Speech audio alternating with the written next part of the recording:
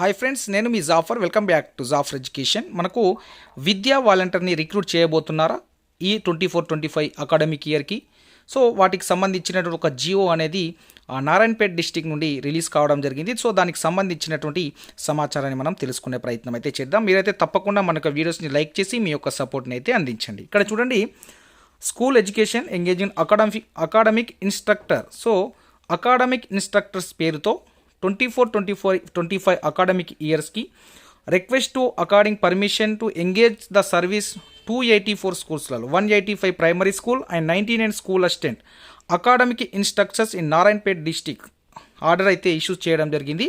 So వీరు ప్రభుత్వానికి నివేదిక అయితే పంపడం అనేది జరిగింది. సో నారాయణపేట్ డిస్టిక్కి 284 అకాడమిక్ ఇన్స్ట్రక్టర్స్ కావాలి అని వీరైతే పంపడం అనేది జరిగింది. ఇక్కడ చూసుకున్నట్లయితే టోటల్ వేకెన్సీస్ ఒకసారి మనము చూసుకున్నట్లయితే హెచ్జిటిఐ అదే స్కూల్ అసిస్టెంట్ కలిపేసి మొత్తం మనకు 233 వేకెన్సీస్ అయితే ఉన్నాయి. సో అక్కడ మండలాల వారీగా ఇవ్వడం జరిగింది నారాయణపేట డిస్టిక్కి సంబంధించి. సో దీన్ని బట్టి మనకు వీరి యొక్క శాలరీ ఒకసారి చూసుకున్నట్లయితే దాన్ని కూడా ఇక్కడ మెన్షన్ చేయడం జరిగింది. ఈ అకాడమిక్ ఇన్స్ట్రక్టర్ యొక్క శాలరీ మనకు 15,600గా మంత్లీ శాలరీని ఇక్కడ చెప్పడం అనేది జరుగుతుంది ఈ యొక్క ఆర్డర్ కాపీలో. ఇక్కడ మన క్వాలిఫికేషన్ కూడా ఇక్కడ ఇవ్వడం జరిగింది ప్రైమరీకి సంబంధించి. చూడండి, inter plus DEd plus TET qualify ఉండాలి ప్రైమరీ స్కూల్ వాళ్ళకి. సో అది లేని అప్పుడు ఇంటర్ ప్లస్ డిఎడ్ వారికి ఇస్తారు, టెట్ లేకుంటే. నెక్స్ట్ దాంతోపాటు గ్రాడ్యుయేషన్ అండ్ బిఎడ్ వారికి కూడా ఛాన్స్ ఇస్తారు. అవి కూడా ఆ క్యాండిడేట్స్ కూడా లేకపోతే గ్రాడ్యుయేషన్ వారికి లేదా ఇంటర్ వారికి ఇస్తారు. రైట్, ఇక్కడ ఒక విషయాన్ని గమనించినట్లయితే స్కూల్ అసిస్టెంట్కి సంబంధించి graduation plus BEd plus TET ఉండాలి.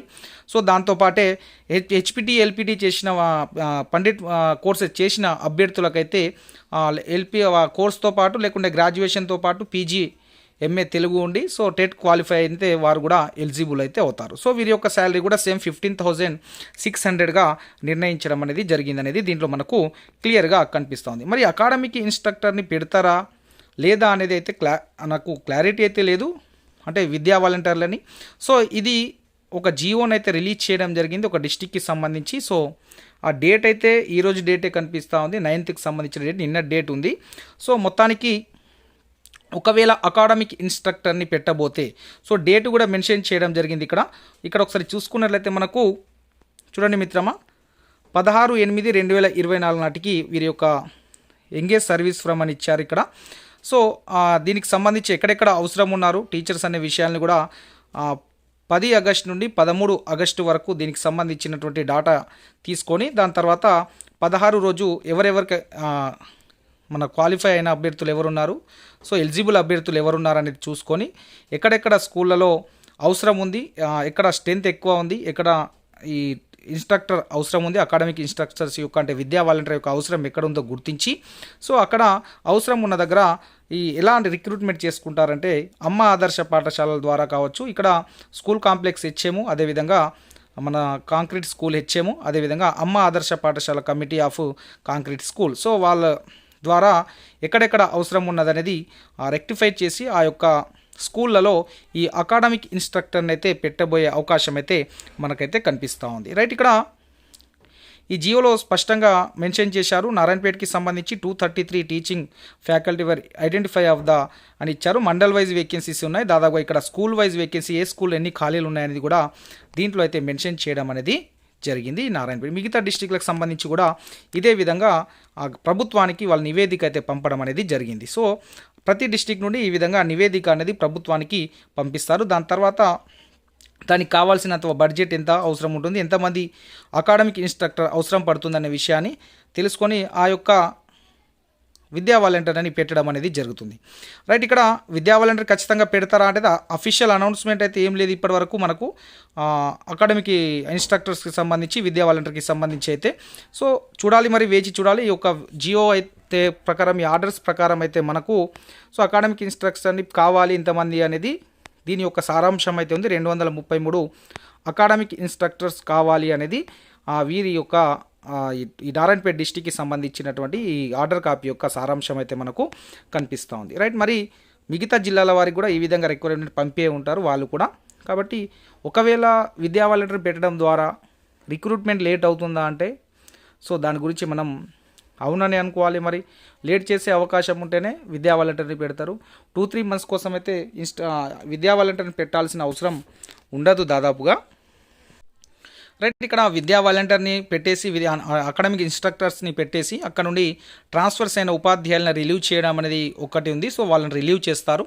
సో ఈ అకాడమిక్ ఇన్స్ట్రక్టర్స్ ఎవరైతే ఉంటారో వారు మళ్ళీ టీచర్స్ వచ్చిన తర్వాత గవర్నమెంట్ మీరు ఇప్పుడు ఎవరైతే డిఎస్సి రాశారో వాళ్ళు సెలెక్ట్ అయిన అభ్యర్థిని ఇక్కడ వచ్చిన తర్వాత ఈ అకాడమిక్ ఇన్స్ట్రక్టర్స్ని తీసేయడం అనేది జరుగుతుంది అనేది.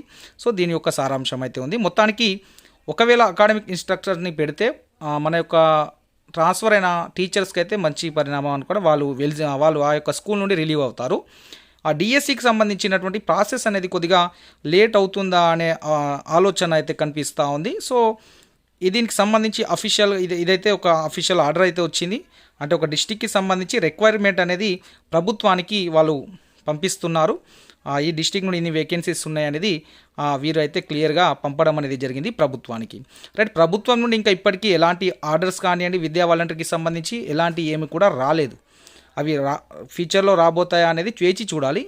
ప్రభుత్వం నుండి ఇప్పటి వరకు ఎలాంటి ఆర్డర్స్ అనేటివి రాలేదు విద్యా వాలంటీర్కి సంబంధించి. ఓన్లీ అకాడమిక్ ఇన్స్ట్రక్టర్స్ కావాలి అని డిస్టిక్ నుండి వీళ్ళైతే రిక్వైర్మెంట్ అనేది పంపిస్తున్నారు. వేకెన్సీస్ ఎన్ని ఉన్నాయి, ఎన్ని అవసరం ఉన్నది అనేది ప్రతి డిస్టిక్ నుండి ఈ విధంగా ప్రభుత్వానికైతే పంపడం అనేది జరుగుతుంది, గమనించండి.